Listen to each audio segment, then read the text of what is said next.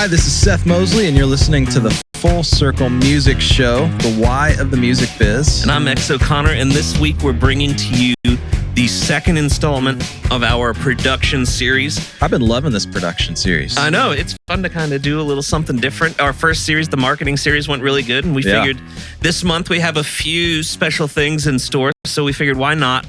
Those things are all production-based. Let's focus a little bit on production. Yeah, and don't tune out if you're not a music producer. This stuff, if you're an artist, is really, really important because you're going to be either producing your own stuff or interacting with a music producer.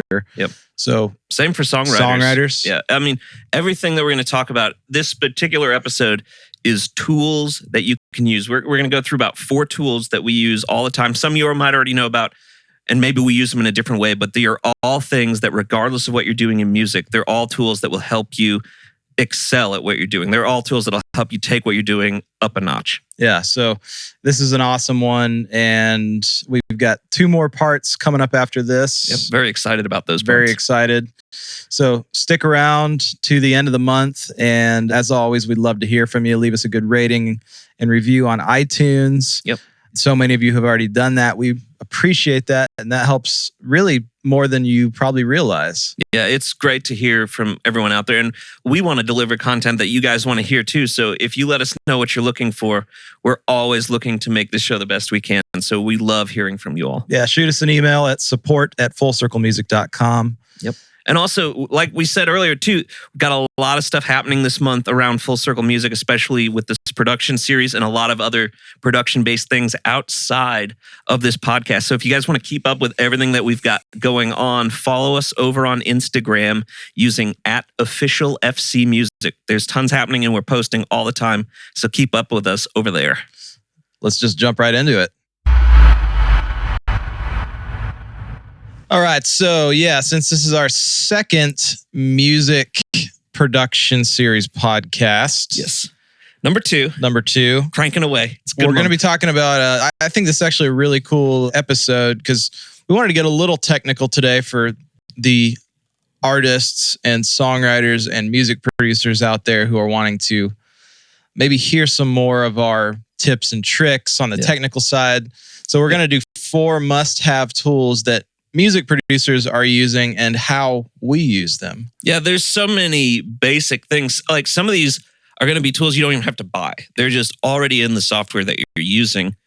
But there's just subtle things you can do with them that just makes your life A, easier, and B, lets you accomplish things that you might not have been able to do just trying to get something perfect one time through, or just sacrificing performance for pitch or vice versa. You know, it's just basic things, but basic things that separate entry-level music productions from productions you're hearing on the radio. Yeah, and you know what is really cool about all these tools is there's a million different ways to use them. Yep. I've seen people use things like Melodyne for things that Melodyne isn't supposed to be, quote unquote, editing. Yeah, used for, exactly. Yeah. Or things that it wasn't designed for. So we're going to get into a little bit of that, but honestly, there's just so many tools out there that people probably just aren't even aware of that are just basic things. Like you said, these are things that people don't even necessarily have to buy, but they're things that we use every day in our music production process and couldn't live without. So absolutely. Yeah, just jumping right into it. The first thing, you want to talk about playlists? Yeah, playlists. Because now with the new version of Logic has a form of playlists, and all playlists are a way to store different takes of audio on one track. So they're all nice and organized. You can listen to any of them. And the power in playlists is comping. And I know a lot of people comp or think they comp, but all comping is taking the best pieces of any performance, whether it's vocals or drums or bass or guitar solos, and piecing them together. And what makes this a powerful tool is it keeps you from having to sacrifice parts of performances, whether it's because, it's a guitar solo and it's just really hard to play in certain pieces, and the guy's killing certain sections, each in different places, instead of him having to focus on trying to get this ultimate performance and like stressing about it the whole time. You can just be like, man, go for it. Just play. If you're going to make a mistake, make it huge, but just play and they can just rip and shred, and you can be keeping each sequential pass. And then in the end, you just go back through and you listen and you pull the best little bits. And that's how we get vocal performances. Or drums are a huge one. A lot of times we'll have drummers play a couple takes that they're just really safe, really straightforward, just kind of like with the same idea that we've kind of had in mind. Seth and I will be feeding them like ideas that we've had, and we kind of get these cool, solid performances. And then we're like, all right, here's a pass to just go absolutely wild on. And a lot of times stuff from that go wild pass ends up in the master just because the guy's not thinking about anything. He's just in there just going for it. And we're able to just take some of those parts from the really structured passes that we had and splice in these really energetic, just spur of the moment, like utter just flow of thought into it. And it just creates this absolutely cool performance. Yeah. And sometimes I find, especially on vocals, because when I started out, I was doing everything in Logic. This was before Logic even had the playlist feature. And then when we started working together, I saw how you were cutting vocals in Pro Tools.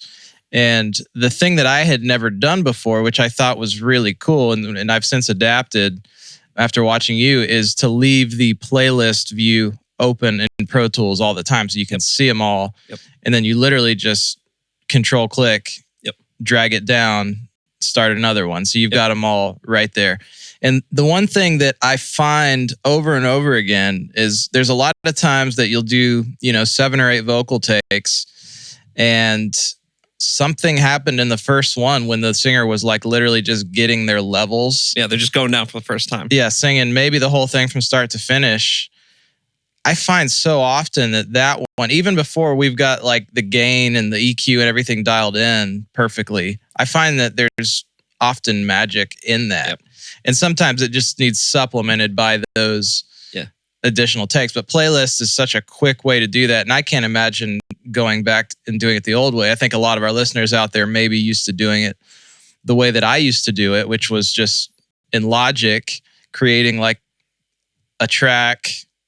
Then once you're done with that one, muting it, doing another one, creating another one. And eventually you've got like 1,000 tracks to keep track of. I remember in Pro Tools before playlists existed, that's how we were doing it too. If we were doing drums, we had duplicates of every drum track. I mean, we had like sessions that just had like, exactly. It had 100 tracks of drums in there.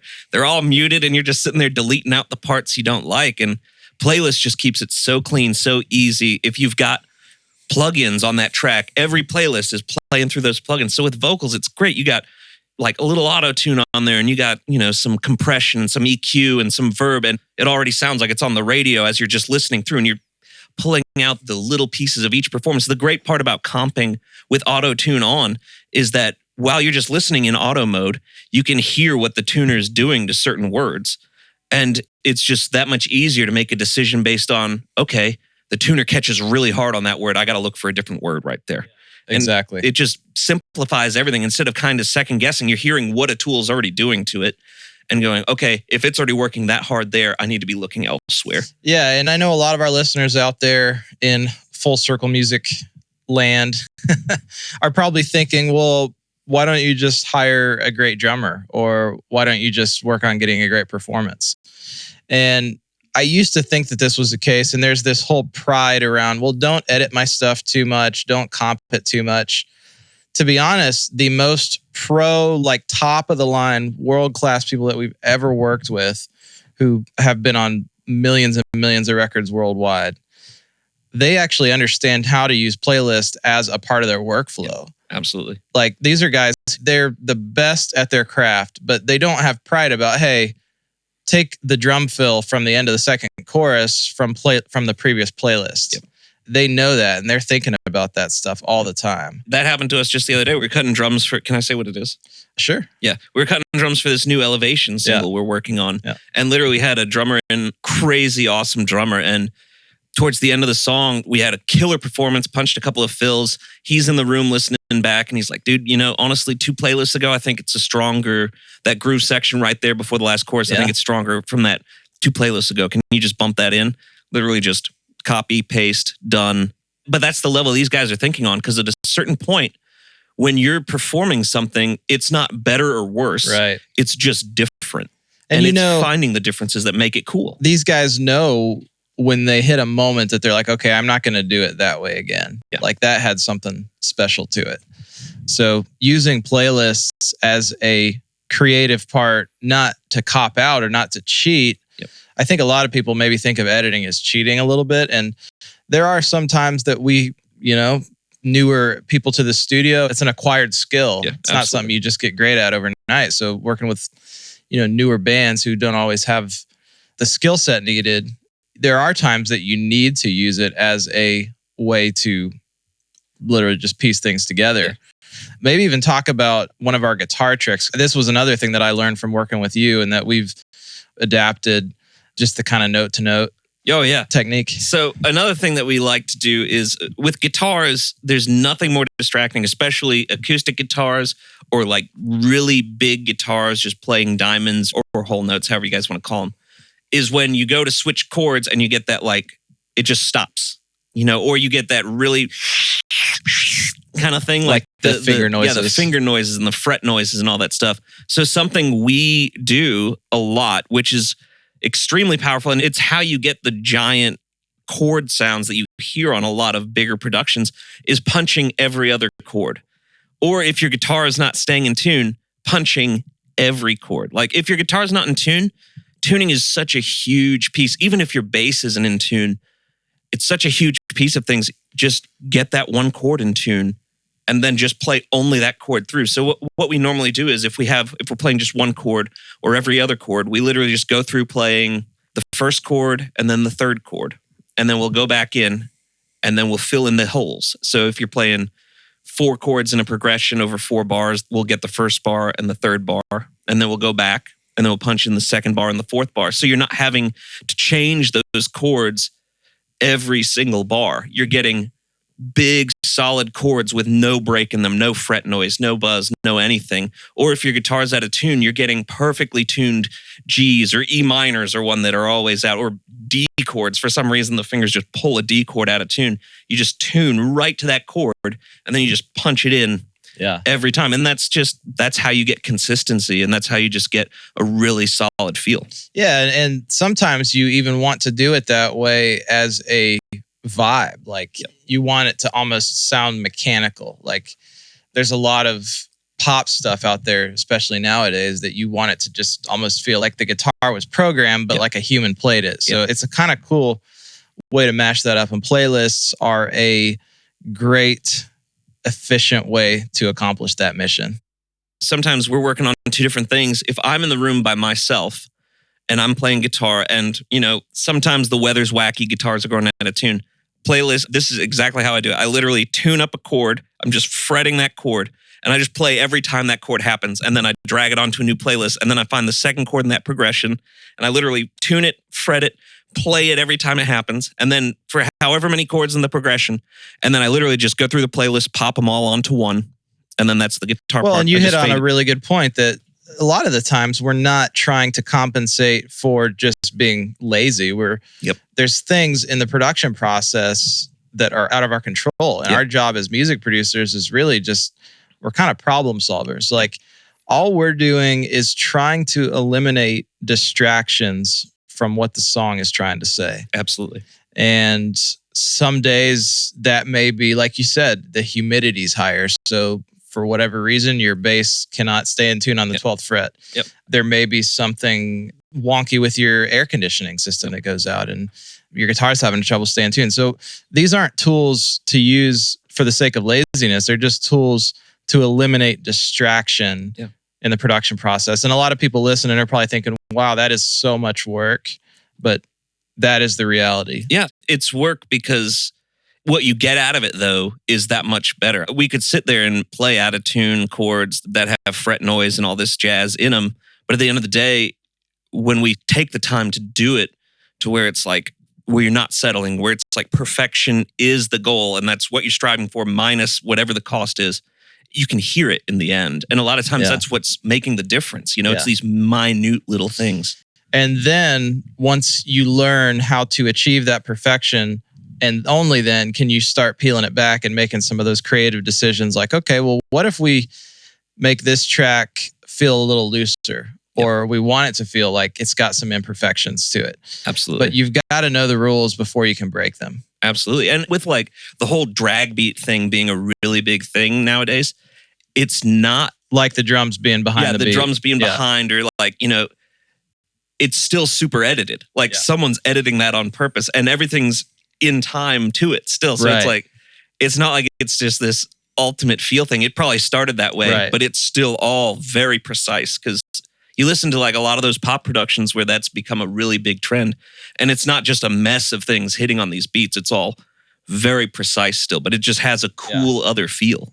And if there are flams here and there, it's because people made an intentional decision that it felt good. So number one playlist. Let's move on to number two. And this is one that's really only existed in the last 3-4 years, probably. Yep.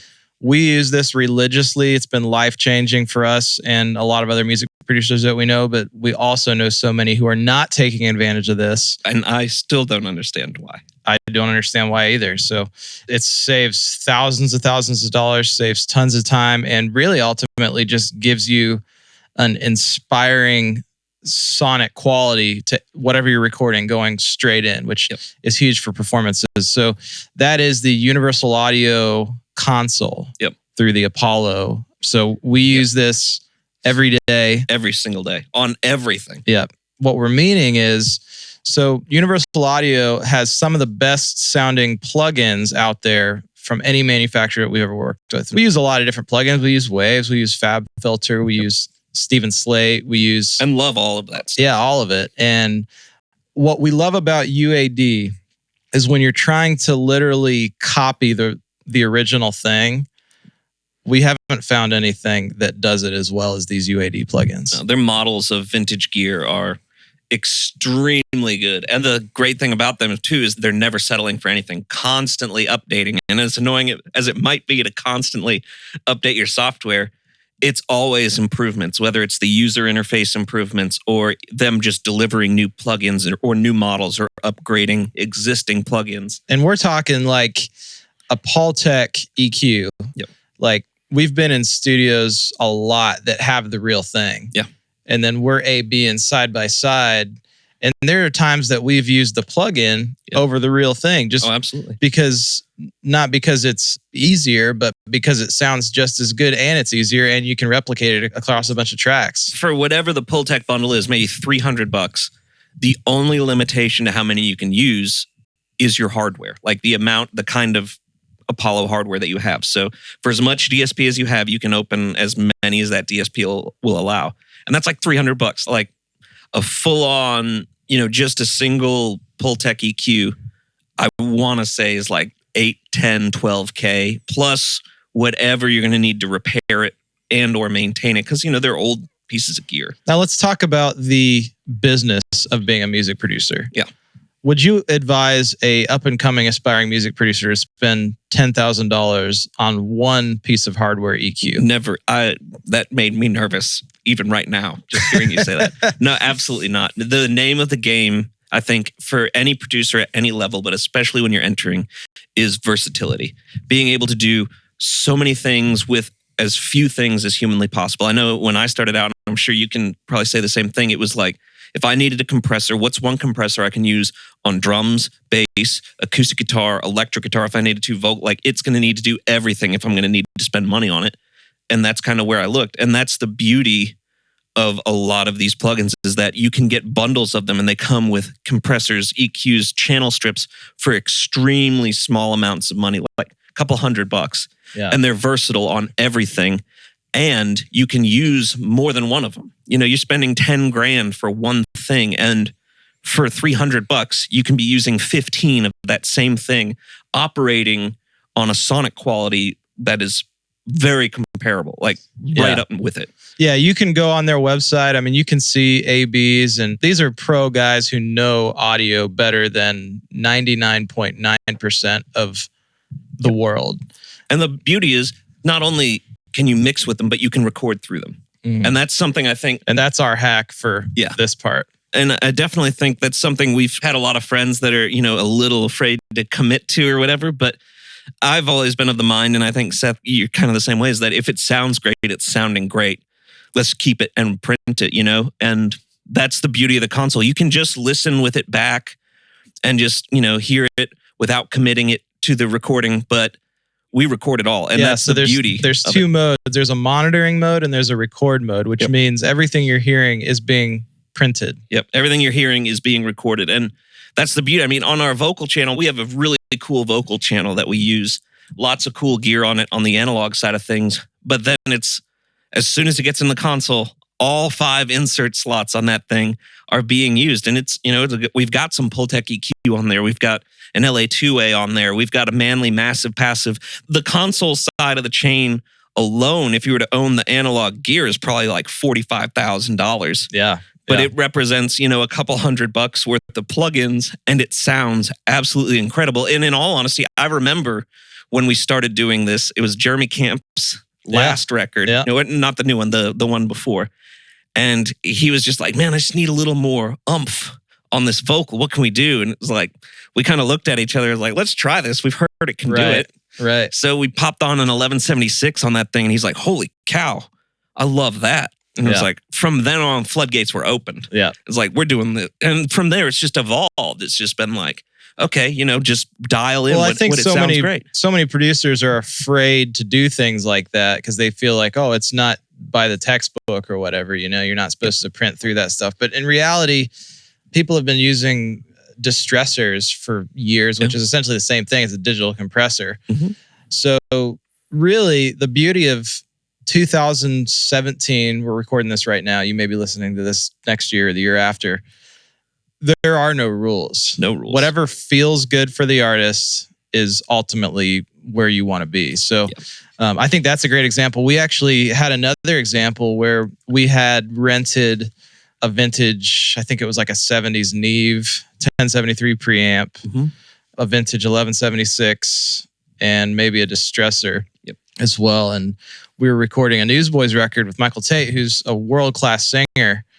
And we had this chain set up as an amazing mic, old Telefunken mic, and something just wasn't feeling right. So we tried essentially mimicking the exact same signal chain, the Neve, the 1176. We may have used a different compressor, LA2A or something, but as soon as we popped that on the console, he's like, this is like the best vocal sound I've ever had in my headphones. Yeah. And that's what we find, that singers come back to us time and time again saying, man, I don't know what you guys are doing, but it sounds better than any other studio I've ever been to. Yeah.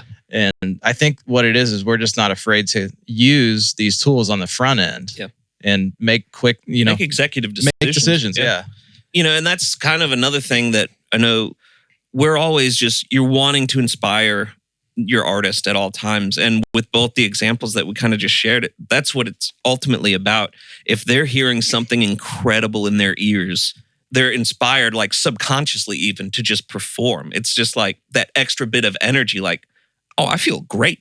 Let's do this thing, and you just get that hype, and it always comes out in the track. Even if it's a sad song, if they're feeling that emotion in their ear, like, man, this is just right. Like, this moment is just right. It just comes out. Yeah, that's right. So playlists, second thing is those UAD console plugins. Third tool that we use religiously are vocal editing tools. Yep. I wanted to kind of put a box of these because we have a sort of a vocal editing toolbox. There's not one that we use, but we use all of them together. And they are Revoice, Autotune, Melodyne, Flex Pitch, and occasionally Elastic Audio and Pro Tools. Audio, So Revoice has been life-changing. For those of you guys out there who don't use that, X, maybe you can break down, what is Revoice? What does it do? Okay, so Revoice it's a game changer. For anyone that's used VocalLine, Revoice is VocalLine on steroids. If you've never used VocalLine, what they're just alignment software. So you literally tell it, make B just like A. So I've got my lead vocal and I've got my double. So I tell it, hey, this is my lead vocal. This is my double. I need you to time align my double to match my lead vocal. And it will do it. And it does it well with minimal artifacts. Now, here's where it gets even crazier. Now, Seth and I have played with Revoice for a long time, probably like 3 or 4 years now. Since it came out, we've been all over this thing. And it's always worked really amazingly on the time alignment side. Now, it also has the ability to generate doubles, which works out fine. If you're just using them in a mix, it's fine. But it also has a tuning side of it, one of which I have never trusted until recently. But we've been doing some really active rock stuff lately, and there's been a few voices that just have a lot of distortion in them. And if you've ever edited a vocal, like if active rock is your thing, or if you've got a singer that has a lot of like gravel or grit in their voice, I'm sure you've ran into it where when you're trying to tune in auto-tune or in Melodyne, it's freaking out because there's all these different harmonics in the signal creating all of those different notes that you're hearing. So this is where the other day I couldn't get auto-tune to work on this guy's voice. It was a double of this track. I couldn't get it to work. I couldn't get Melodyne to do it either. There was harmonics and artifacts all over. It just sounded distorted and horrible. I just crossed my fingers, threw it in Revoice, and said, hey, tune this double as well. Make it just like this other one. And it worked stunningly. Like, I actually almost passed out. I was in shock because it used to not be great at all. You used to do it and then you had to tune it again anyway. But this was remarkably good. That was that time that I found you laying on the floor. It was. You just saw feet hanging out the door. You're like, what's going on in there? The Revoice is amazing. Check that out. Absolutely. You touched on auto-tune. I think the way that a lot of people think of auto-tune is you just turn it on and it just does the T-Pain thing. But it does so much more than that. And really, the way that we do production, we like stuff to sound fairly natural. We're talking a lot about editing, but really the end goal is to have a performance that sounds extremely human, extremely natural, but we're just, again, eliminating distractions. Absolutely. So auto-tune is great in graphical mode. Yeah. We use that a lot. And the important thing there is to make sure that you're going in and being very detailed about how you draw the tuning so it doesn't feel overly robotic. Yeah. And that's what I love about it, is that you can literally go in with a pencil tool and the graphic mode shows you a line that represents what the singer is actually singing. You can go in with this pencil tool and you can draw it and say, this is what I want them to actually sing. And then you can slow the speed down and it kind of morphs into a hybrid between the two. It gives you a ton of control. And I know Melodyne does very similar things, but for me, just the way my brain works, like just seeing this kind of display, it just makes more sense to me. And, the other side of autotune is the auto mode. And like we kind of mentioned in the playlist part, it's a powerful tool for just figuring out what's working and what's not working, especially if you have a singer that's, in town from out of town, and this is the only time you have access to them. It's a great way to like just comp through a vocal real quick or just listen down. If you hear the tuner go crazy on a spot, it's like, oh, maybe I need to punch that real quick. Well, and talk about that, because honestly, one of the things that I feel like separates our process a little bit, and not just us, but any pro vocal producer, they're not afraid to create an atmosphere for the singer by pre-selecting effects channels and putting autotune on it and things that'll make it feel closer to the finished product, so that when they're hearing it back after they've sung it, it's already running through some of that it's processing. I think once you've worked in production for a while, and especially now with the technology at hand, you have to always be working. And what I mean by that is when we're doing vocals, as the singer is singing, I'm preparing the track for them to hear it back. So she's singing or he's singing, and we've got plugins on another track. We've got auto-tune on there. If it's a singer we've already worked with before on other tracks on their record, maybe I've imported session data.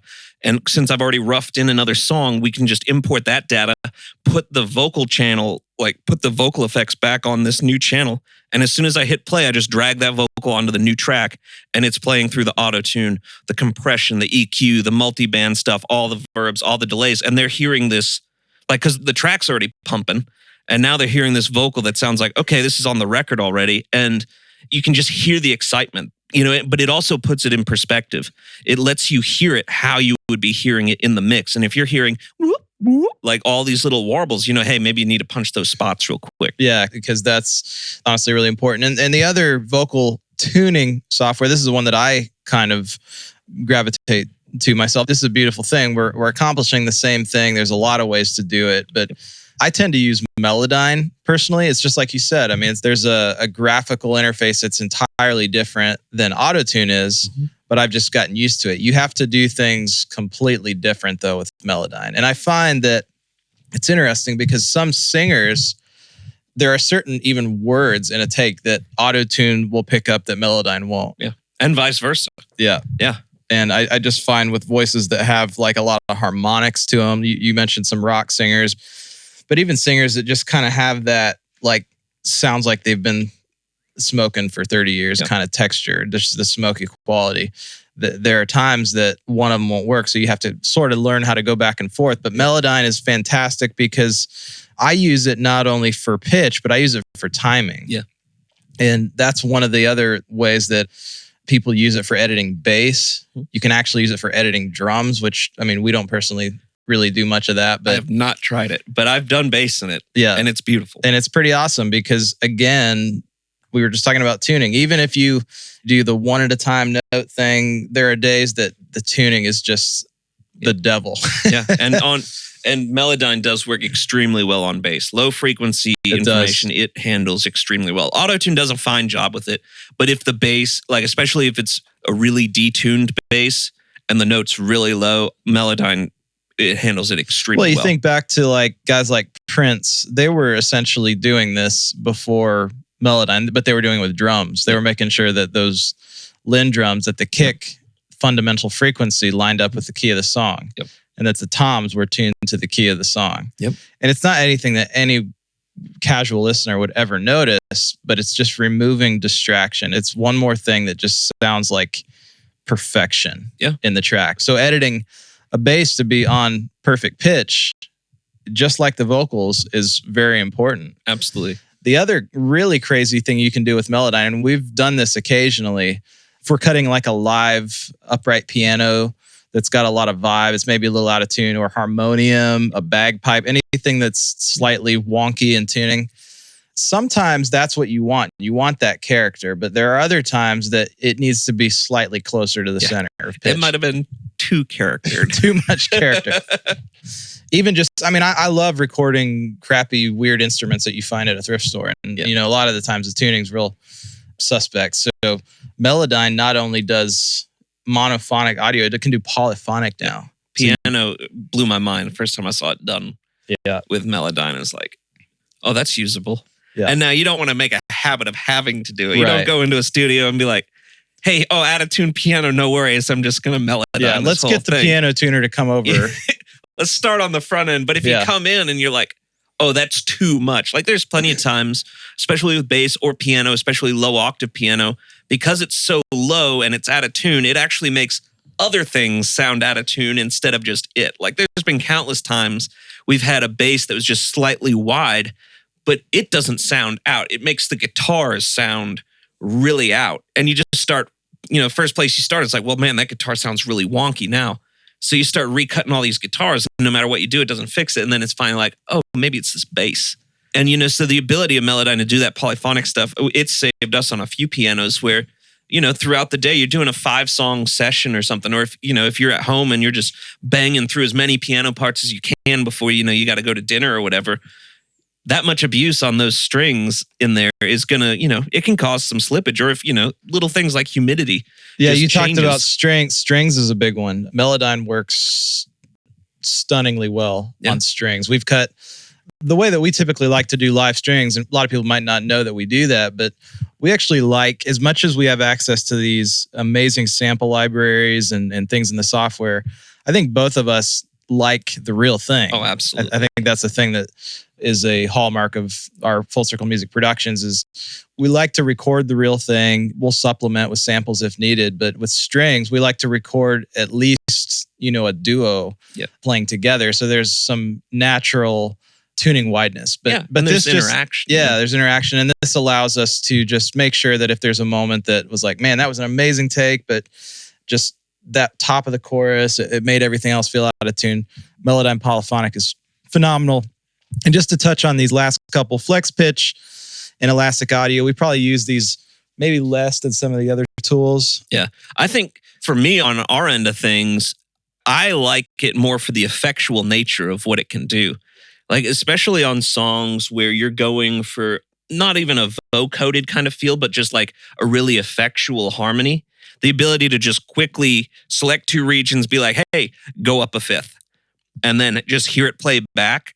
It's awesome. I mean, we've done a couple songs, especially recently, where we've just manufactured these like really digital, very straight harmonies to go along with the lead vocal, and did it in just mere, minutes. It's as simple as just, I just make a bunch of tracks and label them what interval they are. So I'll have a track that says 3 and one that says 4, one that says 5, one that says 6.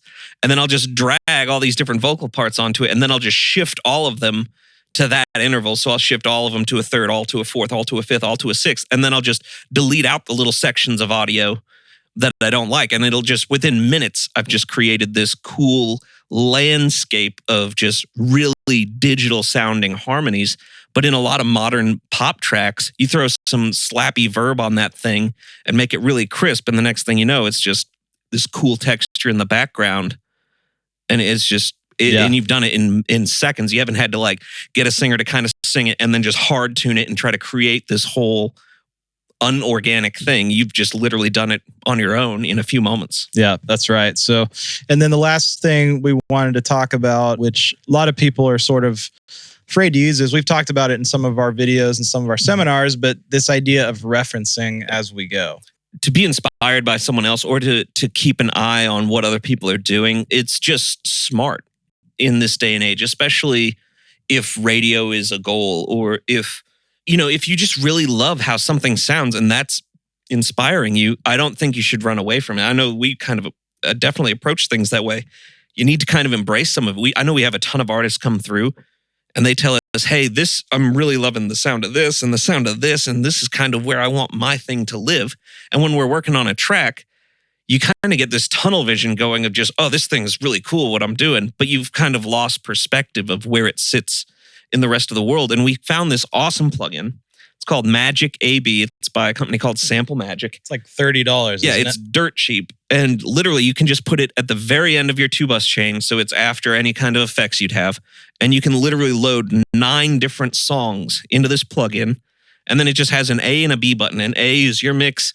B is whatever audio file you have queued up. And you can loop sections within it. So I'll just like loop choruses, and then I'll just go to work on it. Or if I'm mixing a song and it's like, we really loved parts of the rough mix about it and we're just trying to dial it in, I'll load the rough in and I'll just loop that same section and kind of go back and forth between the two and just kind of start fixing the things that I don't think is jiving with what we were looking for. And then, but just going back and forth to make sure it's not impacting other things negatively. It's just a way to kind of keep your focus on the bigger picture rather than just getting sucked into just this one idea that's just kind of flowing out. Yeah, because after you've got your head in the weeds for too long, you need a reference. And it's always best to reference stuff that is at the top of the top. Yep. You want to be competing with the best that's out there. Absolutely. You don't want to be maybe referencing your friend who's a neighbor who has a home studio. Yeah. Now reference the top. If you're producing pop music, go buy the top 3 things on iTunes and load them in your Magic AB. Yep. That's the other beauty of this plugin, is you can do multiple songs. So you can just kind of,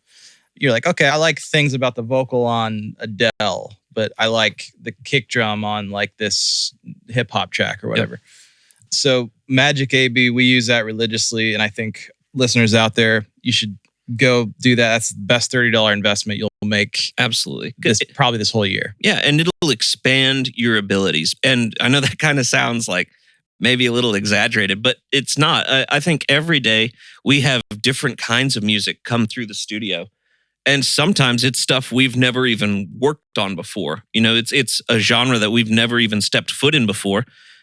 And how do you go about starting there? And the answer is to listen to that genre of music. And when if you've never worked on country before, or you've never worked on like trance EDM music, and you have an artist come up to you, or you have a friend that you want to help make this record for or whatever, and they're like, hey, I want to do this. You don't want to just say, no, you can't do it. You can totally do it, because music's music. You're making something fun. Yeah. And just listening to other music, that's how you kind of get into the zone. I mean, at a certain point, a kick drum's a kick drum. It's just the flavor of it. And so how do you know if your kick drum fits? Listen to other stuff in the genre. And if it doesn't fit, you just kind of flip back and forth and just work it till it does, you know? Yeah, that's right. So these were 4 tools that we use all the time, every day. Hope it was super helpful for you. Yeah. Thanks for tuning in, guys. We'll see you next week. Hi, this is Seth Mosley. And this is X O'Connor. You've been listening to the Full Circle Music Show, the why of the music biz. This has been a production of the Full Circle Music Company with editing help from Jordan Salamoni. Make sure you stick around. We've got 2 more, count them 2 after this, parts on the music production series. Again, this applies to songwriters, artists, as well as music producers. So I learned a ton. Always do. I did too. Yeah, we're sitting here chatting and it's like anxious to get to work now. I got a couple things I got to play with. Yeah, exactly. So follow us on Instagram at @officialfcmusic or any socials at @officialfcmusic. Yep.